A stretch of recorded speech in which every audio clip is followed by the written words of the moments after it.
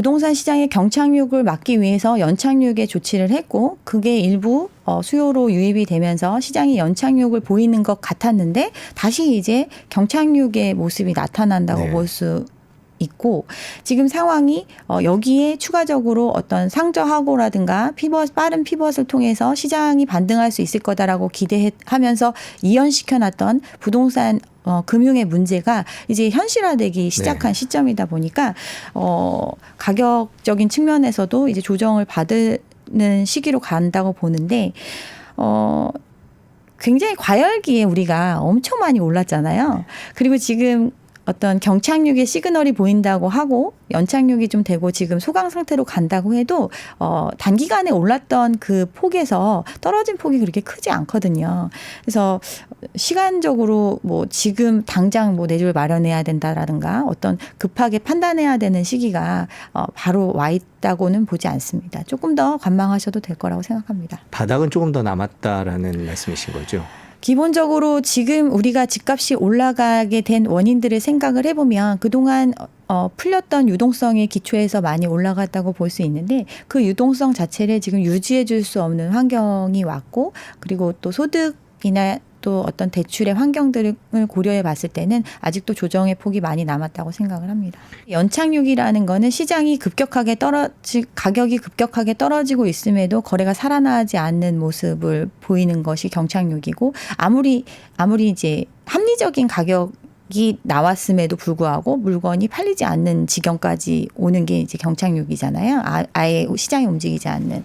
근데 연착륙을 위해서 어떤 대출을 풀어주면서 하방에 있는 집들, 그러니까 사람들이 닿을 수 있는 가격대의 집들이 움직여줬고 그 움직여준 자금이 다시 부동산 시장으로 들어와 주면서 시장이 활성화되기를 기대했지만 지금 그렇지 못한 상태이기 때문에 이제 조금 더 어떻게 보면 강제적인 형태의 매매가 많이 나오고 또 이럼에도 불구하고 지금 모든 정책을 풀어줬음에도 어떤 거래가 급격히 살아나지 않는 상황, 이런 상황이 좀 오지 않을까 이렇게 생각을 합니다. 집값의 하락세는 계속되고 있고 사실은 이게 근데 아직은 이제 거래가 막 활성화가 돼가지고 사람들이 느낄 수 있는 정도가 안 되잖아요. 근데 우리가 확연하게 느낄 수 있는 거는 그 9월 26일 날 특례보금자리론 일반형에 대한 대출이 막히고 그 이후에도 이제 어떤 가계부채의 문제라든가 기본적인 또 부동산 시장의 위기설이 많이 나오고 있으니까 투자자들의 심리가 굉장히 위축된 상황이고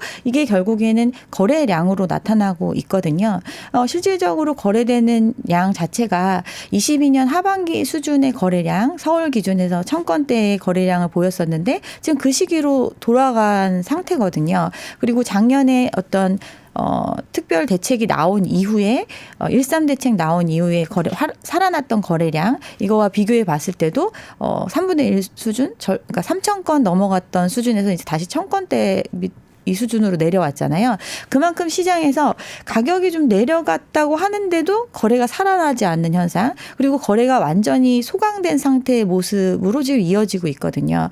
그러다 보니까 이제 사람들이 관망하고 있고, 그렇지만 이제 팔아야 하는 사람들은 여전히 있다 보니까 매물이 적체되는 현상이 벌어지고 있고 지금 이런 상태라고 보여집니다. 대출 가계부채 문제의 심각성에 대해서는 이제 뭐 더 이상 얘기하지 않아도 알 정도로 많은 분들이 인식하고 계신데 이 절대적인 수치 자체를 줄인다는 게 이제 불가능하다라고 판단을 한 거죠. 지금 기존에 갖고 있는 대출을 그대로 이연시키기만 해도 그게 안 늘어나는 형태잖아요. 그렇게만 해도 지금 연체가 늘어나고 있고 이제 파산이 늘어나고 있는 상태다 보니까 이걸 이제 그나마 좀 회생 가능성이 있는 사람들한테는 좀 대출을 통해서 시간을 이제 이연시켜주는 형태. 그러려면 결국은 대출이 증가할 수밖에 없어요. 또 아파트나 부동산이라는 거는 기본적으로 매입을 할 때 어떤 매입 시점에 모든 금융이 발생하는 게 아니라 중도금, 잔금의 형태로 시간에 걸쳐서 이연되는 상태로 이제 금융이 발생을 하기 때문에 이 대출이 추가적으로 이미 실행된 대출에서 계속해서 늘어날 수밖에 없는 구조죠. 네. 그만큼 분양이 많이 있었던 시기를 겪었고 그 분양 대금에 대한 중도금, 잔금은 꾸준히 늘어날 수밖에 없는 구조이기 때문에 기존 대출의 플러스 일부가 늘어날 수밖에 없는 구조예요. 근데 지금 너무 늘어날 수 늘어나서는 안 되는 환경이기 때문에 이걸 줄여야 되는데 그래서 정부에서 가이드라인으로 제시한 거는 경제 성장률 수준 정도로만 하겠다 이렇게 네. 얘기를 했는데 이제 5대 금융지주에서는 1.5에서 2% 수준으로 관리하겠다 이 얘기를 한 건데 이 얘기는 이제 정부가 생각하는 것보다 더 덜 해줄 수밖에 없다라는 개념이고 이 얘기 여기에 또 이제 기존에 완화했던 DSR에 대한 예외 적용 같은 것도 이제는 그 예외 규정에 대한 폐지를 논하고 있고 또 전세 DSR에 대해서도 일부 적용을 통해서 조금 더 DSR 그러니까 소득 범위 안에서 감당할 수 있는 규모에서 빚을 내주겠다라는 기조로 가고 있기 때문에 과거보다 어떤 금융 환경이 안 좋아지는 걸 뜻하고 이 얘기는 예전보다 이렇게 쉽게 대출을 낼 수 없는 구조로 가는 게 이제 수순으로 가고 있다라고 볼 수 있습니다. 그러면 수요 감소라는 측면에서 집값은 하락 쪽으로 갈 가능성이 높다 이렇게 봐야 될까요? 기본적으로 내 집을 똑같은 가격으로 사주려면 나와 똑같은 조건을 통해서 들어와 줄 수 있는 사람이 있어야 되는 거잖아요. 근데 과거에 대출 받았던 것보다는 그 규모가 줄어들 수밖에 없는 구조이기 때문에 집값에도 하방 쪽으로 영향을 줄 수 있다고 봅니다. 이번엔 분양시장을 한번 살펴보도록 하겠습니다. 최근에 청약에 당첨이 돼도 계약을 하지 않는다라는 기사들도 있고요. 뭐 그 원인 중에 하나로는 고분양가를 지적하는 그런 얘기가 있습니다. 강남 3구를 뺀 전 지역의 분양가가 시세보다 비쌌다 이런 얘기들도 나오고 있습니다. 자, 이사님 보시기에 분양시장 요즘 분위기는 왜 이렇게 갑자기 확 바뀌었다고 보세요? 일단은 그동안 분양시장이 뜨거울 수 있었던 이유는 시세 대비해서 저렴한 금액으로 어떤 분양을 받아서 일정 부분의 안전 마진을 확보하고 나중에 추가적으로 집값 상승에 대한 이익을 누릴 수 있을 거다. 이런 기대감이 컸기 때문에 청약시장이 과열됐다고 볼 수 있습니다. 네. 근데 분양가 자체는 계속해서 최근 이제 부동산 시장이 과열됨에 따라서 분양가 자체도 급속도로 올라갔거든요. 근데 올라간 금액이어도 시세 대비해서는 현저하게 싸다. 수억의 어떤 안전 마진이 있다. 이렇게 이야기를 하다 보니까 이제 청약 시장에 사람들이 관심을 많이 갖고 많이 수요가 몰렸었는데 이게 결국은 비교할 수 있는 주변의 가격과 비교를 하는 건데 주변의 거래가 사실은 이제는 그런 상황을 보여주지 않는 거죠. 그리고 과거에도 거래가 소강 상태로 가고 있었음에도 분양가가 막 올라가는 게 뭐 한 건 거래되면 신고가를 찍었다 이런 얘기들을 많이 접하니까 지금 뭐 강남 같은 경우는 뭐 평당 1억 넘는 게 뭐 당연하다 이렇게 인식을 하고 있는 상태에서 평당 뭐 6천에 분양한다고 하니까 주변 대비해서 엄청난 이익이다. 이래서 사람들이 많이 참여를 했던 건데 그런 거래도 이제는 좀 줄어들고 네. 실질적으로 유사한 아파트들 불과 몇 년 차이 나지 않는 아파트들의 거래가 자체가 지금 분양하고 있는 것보다 굉장히 이제 낮은 수준으로 거래가 되다 보니까 그것도 이제 그 가격에 계속해서 후속 거래가 이어지는 게 아니라 하나 거래되고 또 신저가를 찍고 뭐 이런 현상이 일어나니까 청약에 대해서도 신중한 모습을 보이기 시작을 했습니다.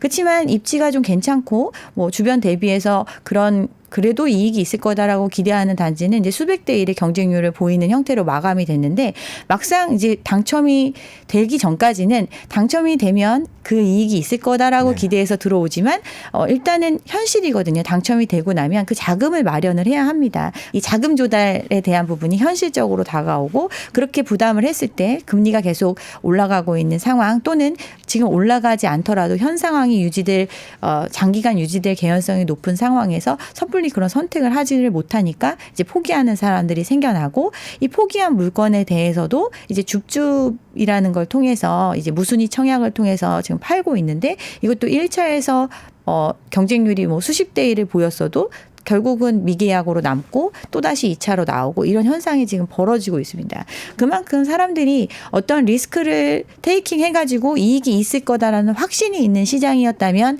이게 뭐 무순위 줍줍에서도 어느 정도 마무리될 수 있을 건데 그렇지 못한 시장이 왔다는 걸 보여주는 거라고 볼 수 있겠죠.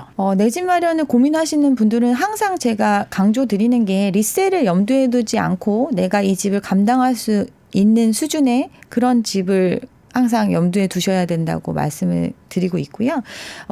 그 시기가 꼭 올해에 오는 것도 아니고 급하게 또 뭐 그렇다고 오지 않는 것도 아니니까 본인이 관심 있는 지역 또 자기의 자금 가용 한도 이런 것들을 보면서 조금 시장을 지켜보셔도 될 거라고 저는 생각합니다. 조금 여유를 가져도 괜찮다. 네네네.